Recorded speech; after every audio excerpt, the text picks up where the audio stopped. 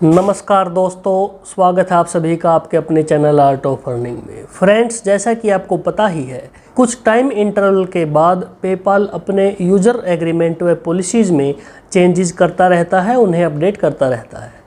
तो पेपाल ने 7 सितंबर से अपनी पॉलिसी और यूज़र एग्रीमेंट में फिर से चेंजेस किया है या करने वाला है। तो जैसा कि मैंने पिछली वीडियो में बताया था, मैं आपको पेपाल यूज़र एग्रीमेंट में जो अपडेट हुआ है उन सभी अपडेट्स के बारे में जानकारी दूंगा, या जो उन्होंने रिवाइज़ किया है अपना एग्रीमेंट, वो सभी एग्रीमेंट्स के बारे में मैं आपको बताऊंगा।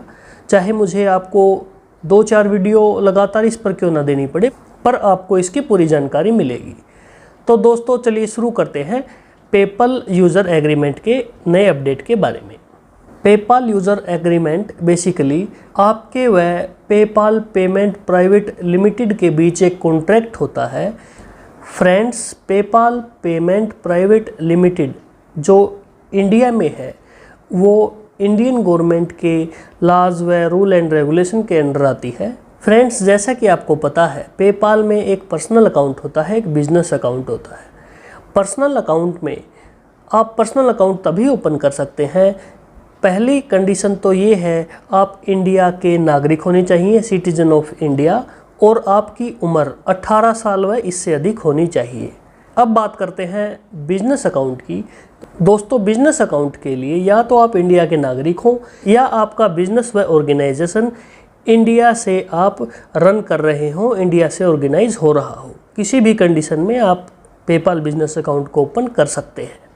और दूसरी बात, आपको जो पेपाल की टर्म व कंडीशंस है वो आपको स्ट्रिक्टली फॉलो करनी पड़ेगी, उनको सभी को आपको एग्री करना पड़ेगा। जितने भी पेपाल की रूल रेगुलेशन व पॉलिसीज़ की गाइडलाइन है, उन सभी का आपको स्ट्रिक्टनेस से पालन करना पड़ेगा।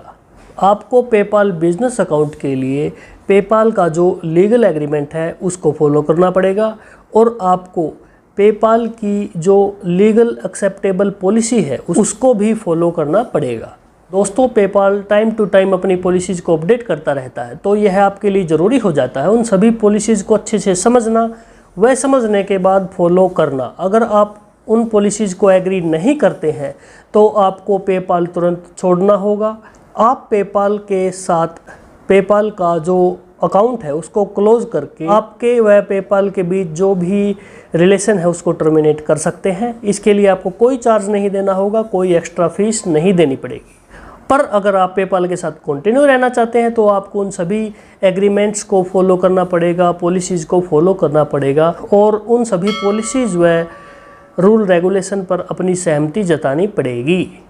दोस्तों, अब अगर मैं बात करूं पेपाल के मेन बिजनेस के बारे में, तो पेपाल पेमेंट सर्विस प्रोवाइडर है इंडिया में। बेसिकली आप पेपाल से पेमेंट को ट्रांसफ़र कर सकते हैं, कोई प्रोडक्ट परचेज कर सकते हैं, अपने प्रोडक्ट को सेल कर सकते हैं। ये पेपाल की बेसिक सर्विस है। आप पेपाल के द्वारा बहुत सारी सर्विसेज को कर सकते हैं।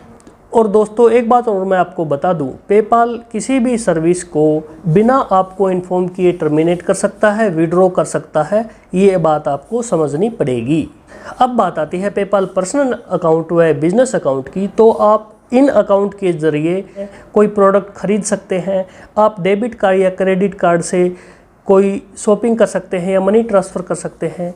तीसरा इसी में पॉइंट ये है, आप डेबिट कार्ड, क्रेडिट कार्ड या अपने बैंक अकाउंट में कहीं से पैसा मंगवा भी सकते हैं।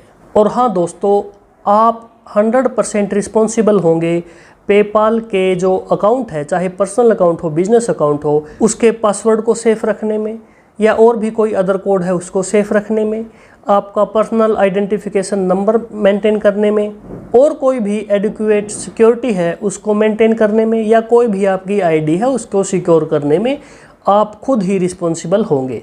तो आपको इन सभी चीज़ों का ध्यान बहुत ही सेफली रखना है, टाइम पर अपने पासवर्ड को चेंज करना है। इन शॉर्ट, आपको बहुत ध्यानपूर्वक पेपाल को यूज़ करना है। एक बात और दोस्तों, आपको कोई भी मेलिंग एड्रेस या अपना ईमेल एड्रेस पेपाल को टाइम टू टाइम अपडेट करते रहना पड़ेगा, क्योंकि अगर आप अपना मेलिंग एड्रेस अपडेट करते हैं, ईमेल आईडी अपडेट करते हैं, या कोई भी अपना कॉन्टैक्ट इन्फॉर्मेशन अगर शेयर करते हैं, तो इससे आपके व पेपाल के बीच ट्रस्ट बिल्ड होता है। दोस्तों अब मैं कुछ बेसिक जानकारी पर्सनल अकाउंट व बिजनेस अकाउंट की आपको दूं। पहले मैं बात करूंगा पर्सनल अकाउंट की। दोस्तों अगर आपको सिंपली प्रोडक्ट परचेज करना है तो आपके लिए यह स्मार्ट डिसीजन हो सकता है पेपाल का पर्सनल अकाउंट। तो आपके लिए PayPal personal account more than sufficient है, आपके लिए 100% सेटिस्फैक्ट्री रहेगा, क्योंकि आप इससे इजीली कोई भी प्रोडक्ट परचेज कर सकते हैं और आप इससे थोड़ी मोटी पेमेंट भी रिसीव कर सकते हैं। पर अगर आप अपने पेपाल अकाउंट को यूज़ करते हैं प्राइमरली प्रोडक्ट को सेल करने में, लगातार आपको कोई प्रोडक्ट सेल करना है, प्रोडक्ट्स को बाहर भेजने में आपको डील करनी है, तो आपको बिजनेस अकाउंट ओपन कर लेना चाहिए या अपने पर्सनल अकाउंट को बिजनेस अकाउंट पर ट्रांसफ़र कर देना चाहिए। दूसरी ओर अगर मैं पेपाल बिजनेस अकाउंट की बात करूं, अगर आपका कोई बिजनेस है, ऑर्गेनाइजेशन है या आप कोई भी प्रोडक्ट बाहर भेजते हैं तो आपको बिजनेस अकाउंट की ज़रूरत पड़ेगी। दोस्तों एक बात और मैं आपको बता दूं, अगर आप कोई डोनेशन लेते हैं या बाहर से पैसा मंगाते हैं या कोई चैरिटी चलाते हैं तो भी आपको पेपाल बिजनेस अकाउंट की ज़रूरत पड़ेगी।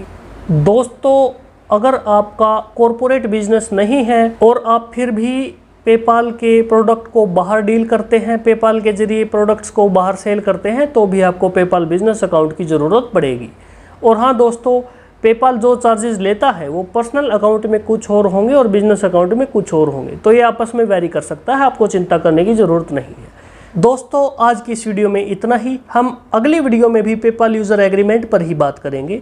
अगर आपको इस वीडियो के रिगार्डिंग कोई क्वेश्चन पूछना है या कोई क्वेरी है तो आप हमें नीचे कमेंट कर सकते हैं। तो अगर आप इसी प्रकार की और वीडियो चाहते हैं या ऑनलाइन अर्निंग में इंटरेस्टेड हैं तो आप हमारे चैनल आर्ट ऑफ अर्निंग को सब्सक्राइब कर सकते हैं। हमारे चैनल को सब्सक्राइब करने के साथ साथ बेल आइकन पर हिट जरूर कर दें, क्योंकि इससे हमारी वीडियो सबसे पहले आप तक पहुंच जाएगी। यहाँ तक वीडियो देखने के लिए बहुत बहुत धन्यवाद। आपका दिन शुभ हो।